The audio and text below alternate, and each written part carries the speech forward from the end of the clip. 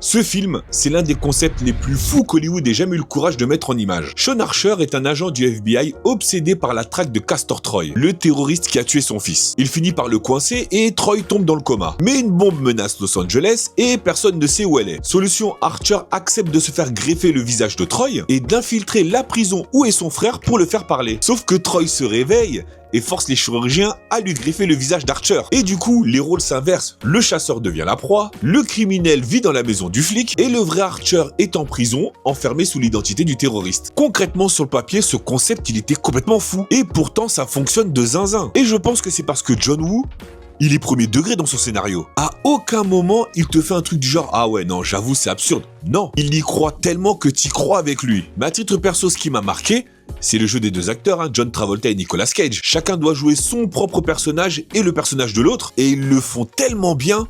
Incroyable. Mais quand même, mention spéciale à Nicolas Cage. Tu as totalement la signature visuelle de John Woo, les ralentis, les fusillades chorégraphiées au millimètre, les colombes blanches, mais surtout la scène de fusillade avec les miroirs là. Je pense qu'on va tous être d'accord, c'est l'une des plus belles scènes d'action des années 90. Volte-face, c'est de l'action à l'état pur. C'est spectaculaire, c'est intense, et dans tout ça, t'as aussi de l'émotion. Du coup, dis-moi dans les commentaires si toi aussi t'es fan du film Volte-face, et comme toujours, si t'as kiffé la vidéo, bah abonne-toi.